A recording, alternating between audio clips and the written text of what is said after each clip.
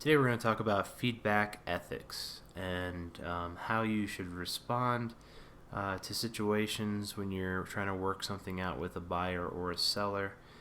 This is more so for a buyer to the seller's point of view.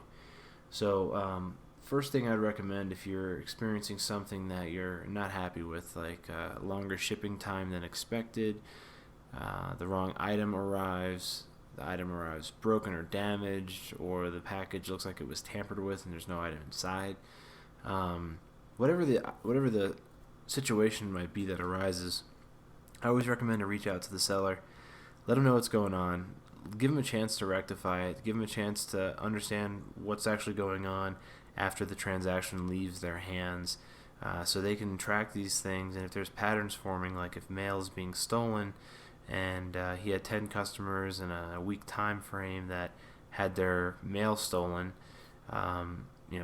that's something you would go to the Postmaster General about as a seller and figure out where your mail's going.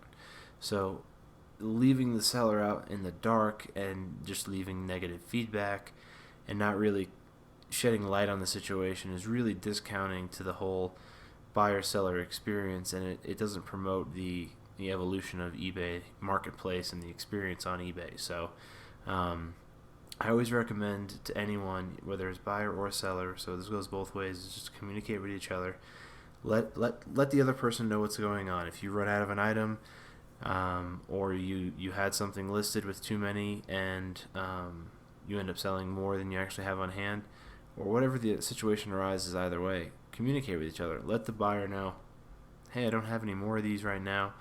I could refund you, but don't leave them in the lurch, because the longer you wait to communicate, and if you don't communicate, it doesn't actually progress both parties forward in regards to resolution of problems on eBay. So in regards to ethics, definitely don't leave any type of rude comments. I wouldn't basically leave feedback on someone else's page that I wouldn't want someone leaving on mine. If they have an overall bad experience, there's a way to articulate the words properly to convey that across.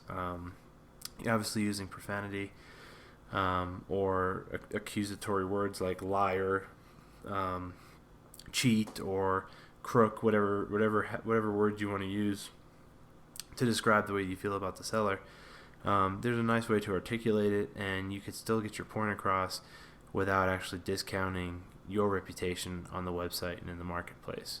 So just be mindful of the people that you're dealing with, because it isn't Amazon.com. It is most of the time somebody who is working out of their home-based business, out of their house, and they're trying their best to do whatever they can to survive. So give them the benefit of the doubt when you're experiencing issues from a transaction, and use this as an indicator to learn from buying and practicing and selling practicing in the future on eBay.